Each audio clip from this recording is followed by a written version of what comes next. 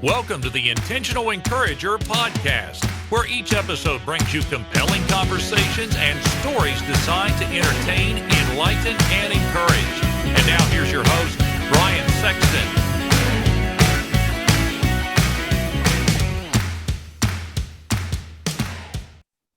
And welcome into the Intentional Encourager podcast. I'm your host, Brian Sexton. Thank you for joining us again today. I have got a neat guy on the Intentional Encourager podcast. I'm going to read you part of his Twitter bio. This is really good. I work with my other 3 streams of income. I love helping people succeed. We're going to get into that with entrepreneur Justin Martin, who joins us on the Intentional Encourager podcast. Justin, what's good? How you doing today, man? I'm good, man. I'm good. Thank you for having me on. Sitting outside in Florida, man, enjoying the sunshine, loving it. That's awesome, dude. That is so good. Hey, let's start here. And I want to get a sense, and you're in Florida down there doing some work, but I want to get a sense of what things have been like for you and your family around COVID-19. I'm in West Virginia. It's been totally different up here. Of course, we've got 1.8 million people in our state, and right. We COVID has hit us differently. Where you live, it's different. Take me through how this past year has been for you around the pandemic as we record this in the midst of COVID-19. So I guess I'll start back in March of 2020. I work for a small photography company that, the bulk of their business is doing daycare and school photography. And obviously when COVID-19 hit, people weren't taking their kids to school. They weren't letting people in for pictures. So our company took a pretty hard hit, which, sucks because we were just getting ready to hit that stride where we were making a good bit of money. But we had to cut some hours and stuff. And, as far as things closing down, the first part it hit pretty hard. And, obviously there was retail stores open, Walmart, Target, that type of thing. But it didn't affect my paycheck as much because I'm on salary, so they kept me around, which was nice. But we had to find different ways to bring in income. So we did banners and T-shirts and signs and all sorts of stuff like that, as long as people were ordering. And then if you moved into, as the summer went on, things slowed down. People were, staying in the house, and as much as I hate to say it, I was outsourcing a lot, because people were buying stuff on the internet. So I did that, but we worked through the summer. We got, as a company, we got a couple of loans from the government to keep our doors open. And then through fall 2020 last year, usually we call accounts. We do roughly 115 to 120 accounts per season. I think we were down to 50, something like that, in the fall. It kind of grew a little bit towards Christmas time. We're still having a little bit of a struggle with people. They're letting, things are going, so they're letting people in.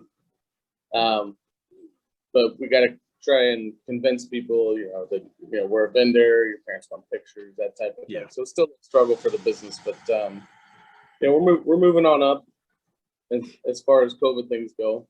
Well, Justin, I think it's interesting, and I want to park on what you said there just a minute ago. It's interesting that you guys quickly pivoted, and a lot of businesses did that. A lot of businesses said, what we normally do, we can't do. So how are we going to do something? And you mentioned T-shirts and banners and things like that. Your trade, as you mentioned, you and I were talking, your trade is photography. Yes, sir. Did you have to pivot yourself and develop a different set of skills inside the business?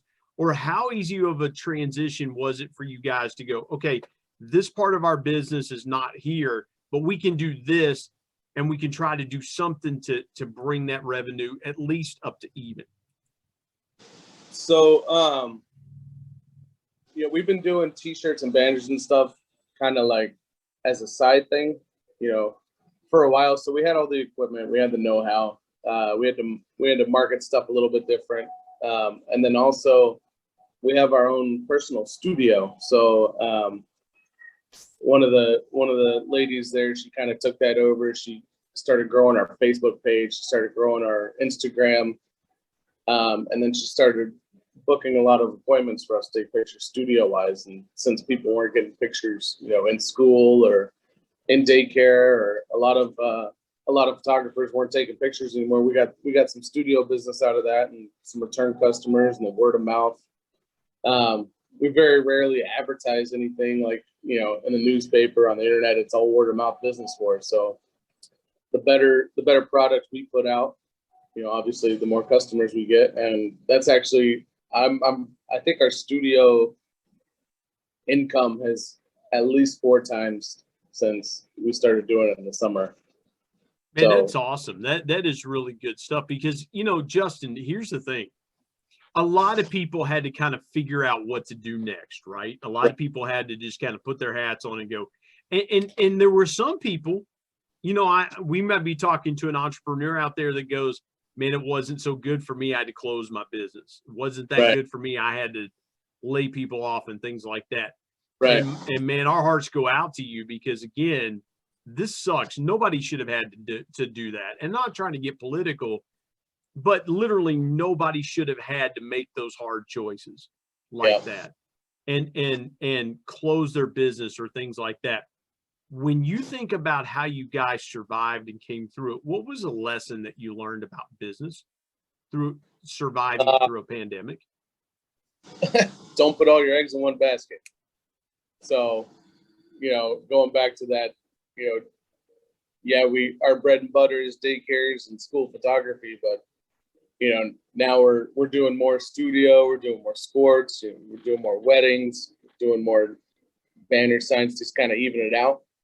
And trying to grow each portion of that. So it taught me personally that you can't just, same as in life, you can't rely on one source of income. Yeah. Like, you got to diversify that. And so when one thing happens, you have backup plans. Yeah.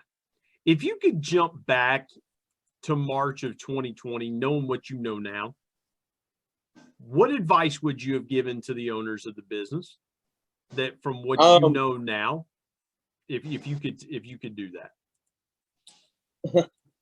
Well, the owners of the business are actually some of my best friends. So we talk a lot. It was more or less their kind of idea to take the direction they did. Knowing what I know now, if we were back in March and I knew, I knew this stuff was coming, I would say probably to run some Facebook ads. I would say to run some Instagram ads. Of course, money is tight, so you got to be methodical about what you put out on there. So it'd have to be something good. We're working on a new website. We're working on it for close to a year now, so probably should have finished that up before March hit last year. But it's just it's little tiny things, not so much as one big thing. Because honestly, I feel like not that we were totally prepared for something like that, because we're still getting money from it. But I would say maybe the way we pivoted was good. We started throwing out more products, started reaching out to people, businesses that needed signs that at a cheaper price, and they got more clientele that way. So. Well, Justin, let me ask you this, but I want to ask you this before we step aside, take a break. What did you guys learn about customers? Because I think people, when there is turmoil and things like that, especially in the business, and I'll go here for just a second. A lot of times people find out when a business burns down or something catastrophic happens, people find out how the market really reacts to a business. If people like rally around that business or something like that, then they can go, man, we didn't know the impact that we had in the community. Or if it closes due to a death or something like that, then people, again, people go, man, we just really didn't know the impact of our business. What did you guys learn about your customers through the midst of the pandemic? I think I've learned that, we put a lot of pressure on wanting everything to be perfect. And I think our customers, they like the work we do. The new people that come in, the new customers that we get, they're coming in because of the work that we do. I just, there's so many different people out there that want so many different things. Like it's crazy to me. Obviously, you're not going to please everybody, but it seems to me that above everything else, most of the people I talk to that come into our shop, they just want things to go back to normal. They're ready to go and do things. They're ready to spend money. They're ready to get the economy, up and running. Sometimes you'll tell somebody a price, they won't even think twice about it. They just say, yes, that's what I want. Same thing with the studio. We tell people our picture prices all the time, and they say, I can't tell you how many people have been like, I don't care what the price is. I just want to take the pictures. My family's here. We've been here. We need some pictures. We haven't done them in 10, 11 years, Yeah, 100%, man. It's good, it's good for me because, I see people that, that they just want to live their life, If I rolled into your studio and I saw you behind the camera taking pictures, I would think, man, it's going to be a good day. It's going to be a good day, man. I appreciate it. Let's step aside, take a quick break. When we come back, I want to talk about the correlation and the relationship that Justin has with a former guest here on the Intentional Encourager podcast. We're going to put two and two together here. And I'm talking with entrepreneur Justin Martin. We'll be back in just a moment here on the Intentional Encourager podcast.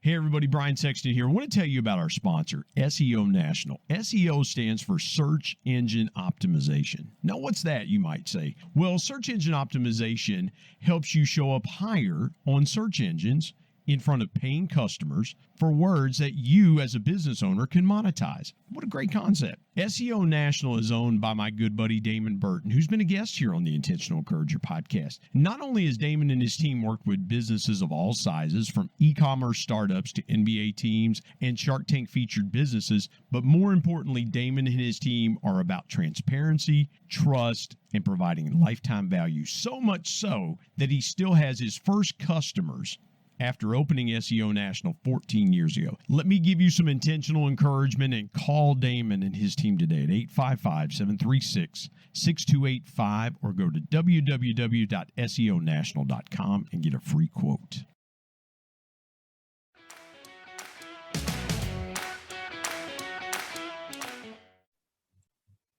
Justin, I want to go here for just a minute.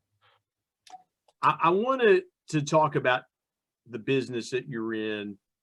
And I mentioned off the top, you love helping people succeed.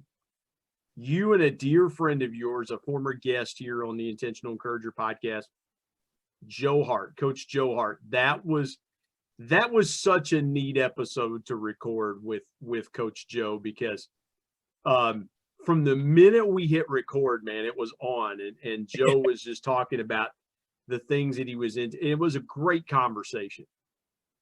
Joe is a dear friend of yours. So I want you to talk about the relationship that you and Joe have had over the years, and just kind of walk us through how you met Joe. And let's go here for a few minutes and kind of bring you two together.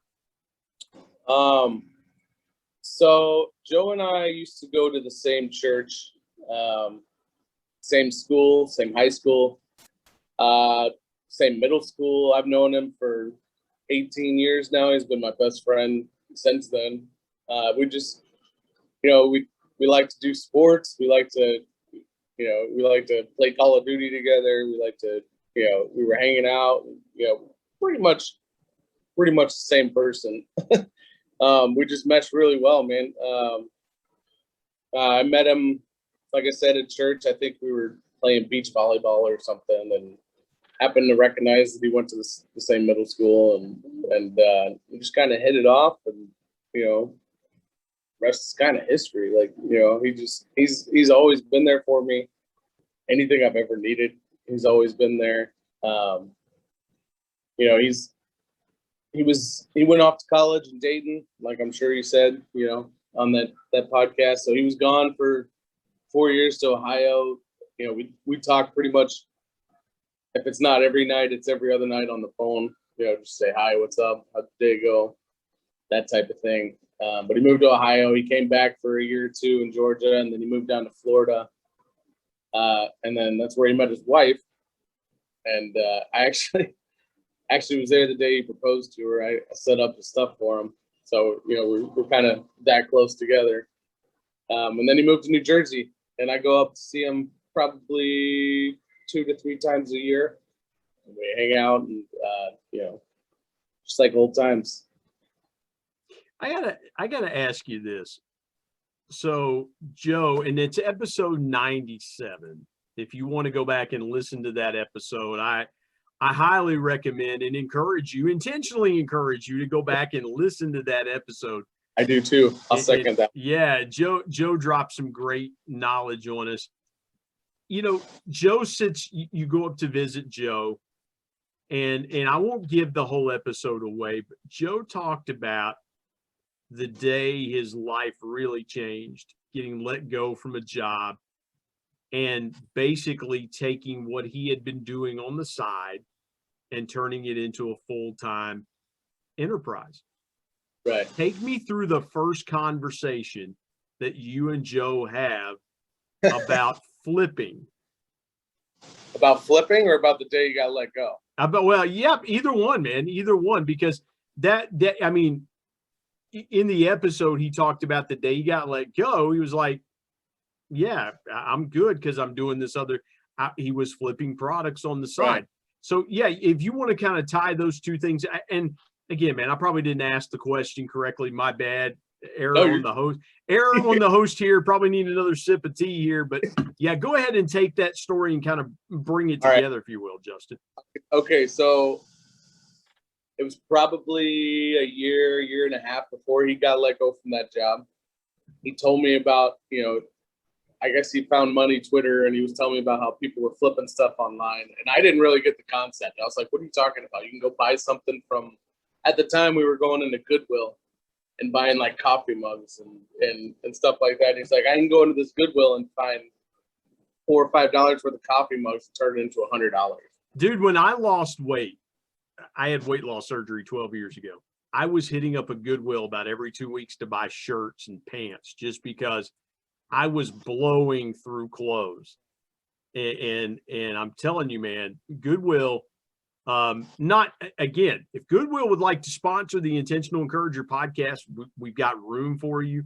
But it's in areas like West Virginia where I am. You can go there and you can get good quality merch. I mean, I bought Joseph A. Banks shirts there before, right. Ralph Lauren polo, and I've donated a lot of things to Goodwill that hopefully people have gotten a second life out of. But so he was talking about hitting up, and he didn't share that part of the story. So I'm glad you're kind of tying the two together on that. So you guys are shopping. Now, you probably were not a big shopper, so to speak, before you started doing this. Is that right? That's accurate. I had no idea what he was talking about. And like I said, basically what he told me on the phone wasn't making sense. And he said, if you're coming up to see me in a couple of weeks, I'll just show you. So he told me, I went to visit him. He took me to a Goodwill. He started showing me how he was using his eBay app to find profitable items, and I was hooked from the get-go. I think the next day he went to work, and I sat on his computer and got on like Facebook Marketplace and just started seeing stuff that was for sale around my area back home. And I actually made a couple of deals, and those were the first couple of flips I had when I got home. Stuff that I found on Facebook Marketplace. But anyway, that's how we started talking about flipping. And I'll never forget the day he called me when he got let go. It must have been 2 minutes after he got let go from his job, because he told me he thought it might be coming for a couple months, either that they were going to let him go or he was going to leave, period, because he felt like he could do flipping full time. And I, being the good best friend that I am, I was like, "Are you sure about this?" And he called me. He was laughing on the phone, and he's like, "You're never going to believe what just happened." And I was like, "What?" He goes, "I just got let go from my job." And so I was kind of like, I maybe went into panic mode for him. And he was like, "I got this. I know I could do this flipping thing full time." And obviously it's worked out well for him. He's taken me along on the journey, and I'm grateful for that. But yeah, he I know he tells that story about how he changed life around, but he called me, and every word of it's true. Called me, he was laughing. He was ready for it as soon as it hit, which most people would probably freak out a little bit if they got let go from their job, but he was definitely ready to get going. What was the aha moment?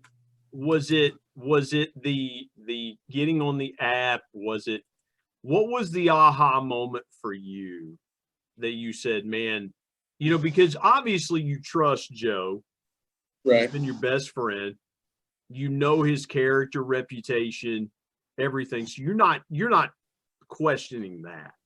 Right. You're not questioning that part. What was the moment for you, that aha moment where you go, yeah, this is not only for Joe, it's for me?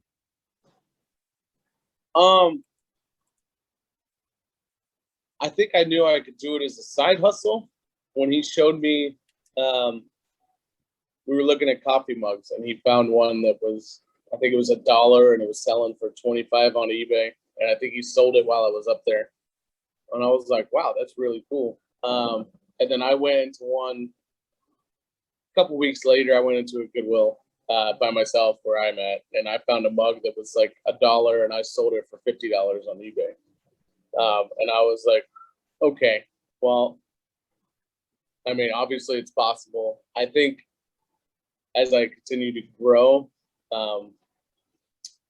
the side hustle, it's almost making my 9-to-5 job seem like a side hustle. The way that it's going. But the aha moment was, I think I made my first flip, and I was like, okay, here we go. Well, the beautiful part about what the pandemic did, and Justin, that's the thing, is a lot of people don't realize the pandemic gave people the room and space to do a lot of things they've always wanted to do. For me, it was write a book and do a podcast. Right. And so last year through 2020, I was able to do that. I probably wouldn't have gotten to do that had the pandemic not came and we had extra time. I wasn't traveling and things like that. And so, for you, and obviously you're doing this before. Kind of take me through that timeline. This is probably 2018, 2019 when you started doing flipping. So right around that time, mostly all I was doing was going into Goodwills. Every once in a while, I'd hit up Facebook Marketplace and see if anybody was selling any antique type stuff. I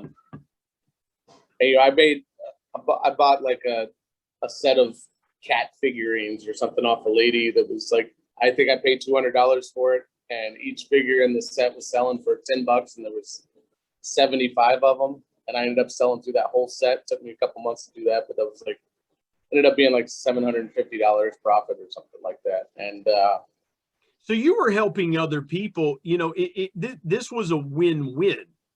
You were helping other people get rid of merchandise that they either no longer wanted or didn't need. Yeah. And Joe mentioned hitting up yard sales and estate sales and things like that. And that's the thing is that you were able to help other people. Do you have a particular moment where you're like, this is really cool? This is like, maybe there was a moment where somebody needed to move something. You were there to be able to help them, and it benefited them. it benefited you, because those are the kind of transactions, man, that are powerful. Those are the kinds of the ones that are like, yeah, the money is great, but those are the ones that you go, man, had I not been in a position to do this, I wouldn't have been able to help somebody. Do you have a story like that? Actually, the cat figurines I was telling you about, I think the lady was asking $250 for the whole set, something like that, something crazy like that. But on her description, she said she was trying to raise money for her her church to get remodeled, and they were doing like basically an online garage sale type thing. So, you know, usually being the guy that I am, I'll offer somebody a low ball. I met her, I gave her the $250, and then I gave her another $50 on top of that. Wow. Told her to put it towards, you know, I know it's not much, but it's, you know, $50 is $50. I knew what I was going to get out of the set when I bought it. Like she was way too low on her price, but so I gave her $50 to go along with it. So I gave her, I guess, $300 total to help with that. But that was one moment. And then this past Christmas, we actually did a charity thing with PFP. And we were able, like, with inside the group, we were able to raise about, I think it was $1,500. And we gave, actually headed that up, and we gave $500 away to 3 families for them to buy Christmas for their family this year too. Man, So. That's awesome. That is so good.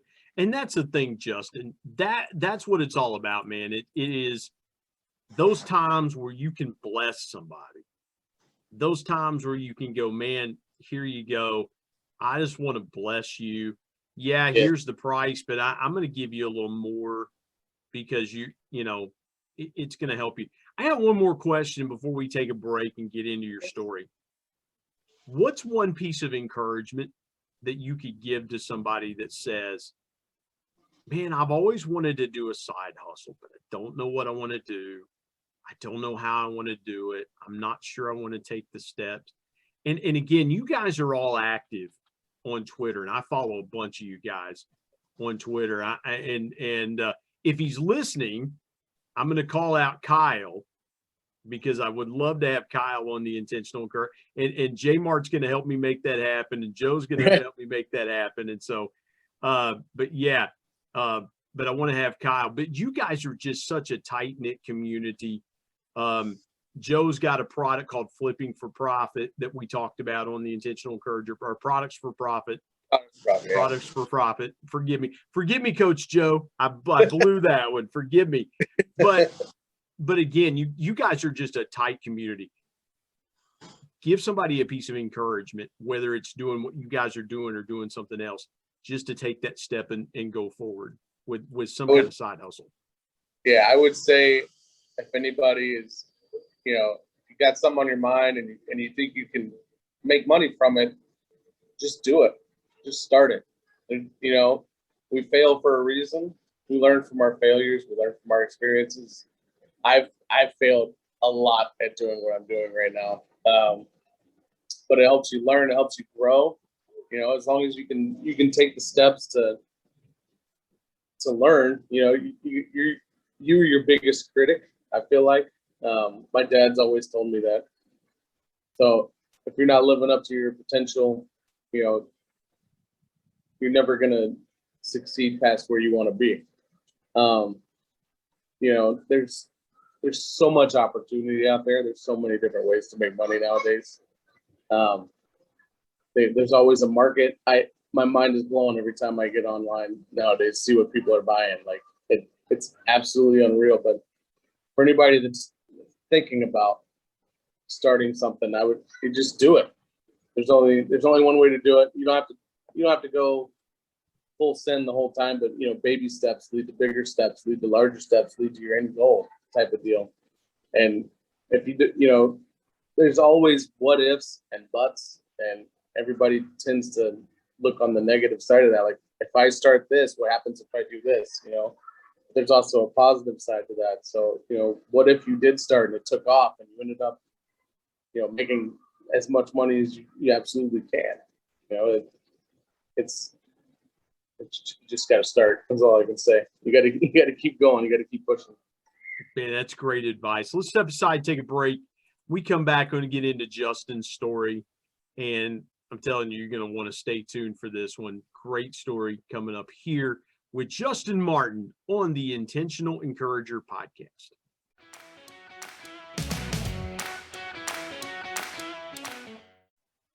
Hey, everybody, Brian Sexton. Want to tell you about my new book, People Buy from People, 10 Powerful People Lessons from the Ultimate People Person, my dad. My dad was one of the greatest connectors that I ever knew, and he shared with me 10 connecting principles that I have used throughout my 25-year sales and sales management, customer engagement, and leadership career that I'm passing along to you. If you want to be a stronger, deeper, and more powerful connector, you've got to pick up a copy of People Buy from People. There are concepts in there that you may not realize help make you a power connector. You can go to Amazon and pick it up, Kindle if you're an e-reader and you like to do it that way, or now available on Audible. And there's one other way you can get a copy of People Buy from People. You can get one from me and I'll sign it for you. You go to intentionalmediaandpublishing@gmail.com and send me an email, and I'll share with you the link on how you can get a signed copy. You can buy a signed copy directly from me. Again, People Buy from People. If you want to connect like never before, pick up your copy today of People Buy from People. And now let's get back to more great conversation here on the Intentional Encourager podcast.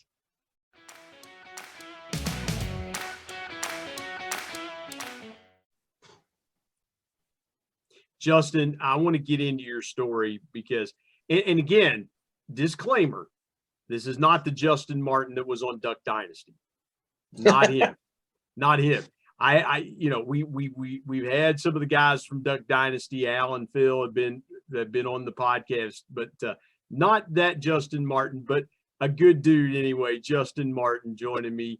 And I want to get into your story here, man. You got an incredible story. So, man, go as far back as you want to go and take us from point A to where we are today. Well, I grew up in Georgia, been born and raised there. My accent doesn't sound like that because my parents are from Ohio, like we were talking about. Went to a Christian private school in South Georgia. Ended up doing 1 year in college and decided, I wasn't a good student. I'd rather be making money. So I actually had an opportunity to work a summer job with this family-owned photography company. And at the time, they were doing sports action shots up in New York during the summertime in Cooperstown. Actually, there's a ballpark there that hosts, during the summer, they host 108 teams a week, kind of like all-star baseball teams. They have a tournament every week, and we were doing action shots for them, and they were like, hey, you have an opportunity to go up to New York and help us finish out that summer if you want to. And then after that, we can talk about maybe you staying on and helping us out production-wise. And so I was like, yeah, let's do it. I went up to New York. I took some action shots, and I was hooked on photography. I came back. They decided to keep me for whatever reason. And for the 3 or 4 years after that, we went up there and we did that, shot about 93,000 photos a week, uploaded them to the parents so they could buy them right then and there. Kind of like an amusement park, but not really an amusement park. We're doing action shots instead of just family pictures. And then they stopped doing that. We transitioned to daycare and preschool photography, and I've been doing that since I was about 21, 22, 10, 11 years now. And then I've been with them ever since. And like I said, my best friend's Joe Hart. He put me on the flipping thing. The past couple of years, that's what I've been trying to do. Recently been on Amazon, trying to grow an Amazon store, which is easier to do apparently, if you do it right. And I'm just now I've had so many people help me in my life that, I'm just trying to make a little money, help as many people along the way as I can. Yeah. You know, What do you think you took growing up in South Georgia? Because you talked about, it's like, hey, my mom and dad were raised in Ohio. We grew up in Georgia. I went to a Christian school, which my son went to high school, to Christian school. You had a pretty normal life and a pretty normal childhood. What do you think you remember most about the way you grew up? oh man, probably my mom and dad. They've been together for 35 years now, 36 years. Just the way they raised me and my brothers and my sister, constantly encouraging anything that we wanted to do. It's not cheap to keep 4 kids in private school. So, my dad was always, not always where he always made it to every single game that any one of us played. Absolutely amazing. So did my mom. Got us to every practice. I think the biggest thing I took away from childhood was learning, how to be a good parent. One day, I don't have kids yet, but my dad, he's shown me how to do it, man. Just respect people, help people out. Everything comes together. That type. It's just, every time I think about what they've done for me and my sister and my brothers, it blows my mind. And one day, I hope to maybe, give something back to them. It's part of my motive. Well, and Justin, I'll say this, man, and I wholeheartedly agree. When we were going to put our son in Christian school, one of my friends said to me, he said, look, it'll be a sacrifice. It'll be hard, but it'll be the best thing you do. And he was 100% on the money, because, and whether you believe in Christian education or private education or homeschooling or public, that's entirely up to you. Right. For us, Christian education was the right thing for us to do for my son in his high school career. It was the right thing for us. Everybody has got to make the decision that fits best for their family to do what they need to do. When you think about, do you ever think back of, man, what if I'd have gone to public school? How my life would have been different than going to a Christian school? When you think back to those times, what's the one takeaway that you always come back to about your time going to a Christian school growing up? I definitely think if I went to a public school, I probably wouldn't have had the friends that I had. Because we were, my graduating class, I think, had 45 kids in it. And we were together from, the time we were in 6th grade to the time we graduated high school. Like, we grew up together. There's some people that I still talk to occasionally. But like, we were a pretty tight knit group. And if you go to a school that has, I think the school down the road, the public school, had 300 and something kids in their graduating class. And there's relationships that were made there for me that probably wouldn't have been made in public school. And obviously, I played sports in high school too. So I played football and basketball, and the chances of me doing that in a public school are probably slim to none. And yeah, we didn't have football at a Christian school. We had soccer and basketball, and baseball. We didn't have you guys in Georgia are different animals, man. You guys love, it reminds me, it reminds me of the movie Facing the Giants. That was a Christian school in Georgia. Right. And so, yeah, I mean, in West Virginia, man, my son's graduating class had 12 kids in it. And so it's, so yeah, it's basketball most of the time, but yeah, I totally get it. Man, I want you to take me real quick through the biggest obstacle that you faced in your life, and what was the biggest lesson that you learned from it? It's almost over, actually.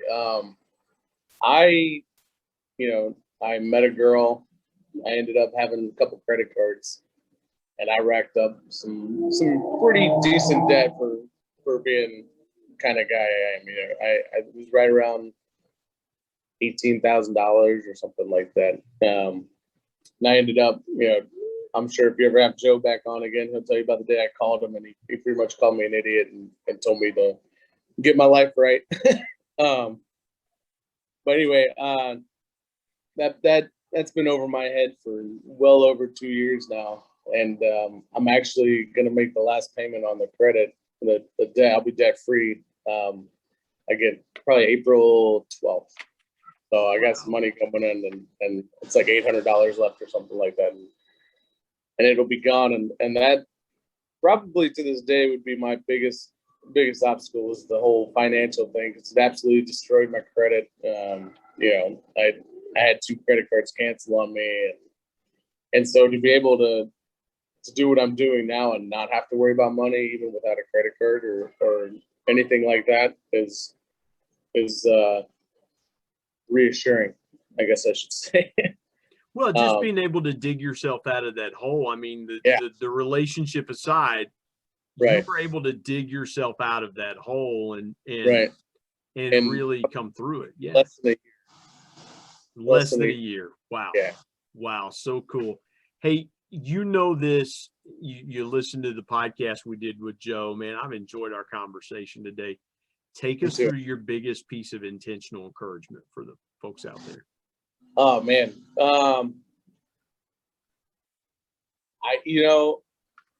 If you got a dream, like I said earlier, life is short. There's only so much time that any of us have. You might as well make the best of it. I'm kind of with Joe when he says that, the whole 9-to-5 thing isn't what our life was meant to be, sitting behind a cubicle and sitting in traffic and doing it day after day. I'm a firm believer in trying to get out and do as much stuff as you can, travel as often as you can. And, a great way to do that is to build the side hustles and stuff. So if you got a dream, even if it's not a side hustle, if you got a dream, it's just do it. You only got one life. There's so much possibility in this world that it's mind blowing to me how much people can do, what you can do if you try a little bit, So my biggest piece of advice would be, if you're struggling with something, if you're trying to figure out whether or not you should do whatever it is you're working on, my advice would be just go for it, reach for it, push for it, just do it. Oh, I love that, man. I love that. Great advice. I love what you said there about 9-to-5 is not what life was meant to be. And that is so good, man. That is so good. I mean, I've watched my dad work at the same company, for years now. He just got upgraded to a corner office. He's one of their biggest earners in the company, and he's been in a cubicle ever since I can remember. And no, I'm not dissing my dad. I love my dad. I'm not dissing anybody that does cubicle work, but to go and sit in a cubicle and stare at 4 walls all day, and then sit in traffic on your way home, and turn around and do it the next day, and do it day after day after day after day after day. It's there's more to life than that. Man, that is so good. Yeah, 100%. So good. Justin, tell people where they can find you on your different social media platforms.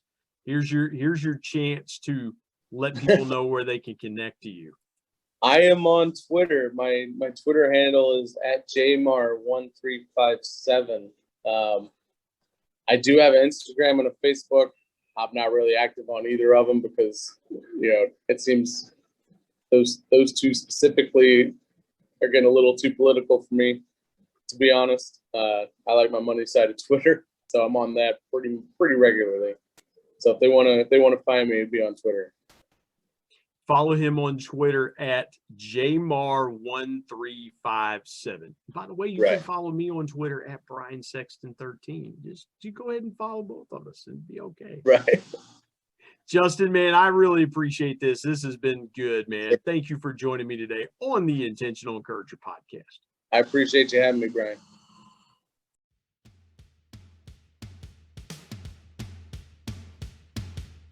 My thanks as always to producer Bryce Sexton and technical advisor Matt Means. And of course, the ultimate thanks goes to the Lord Jesus Christ, who provides intentional encouragement every day through his word. If you're not subscribed to the Intentional Encourager podcast, hit the subscribe button wherever you get podcasts so you don't miss an exciting episode where you can get encouraged and stay encouraged. And remember, anyone, anywhere, at any time, any place can be an intentional encourager.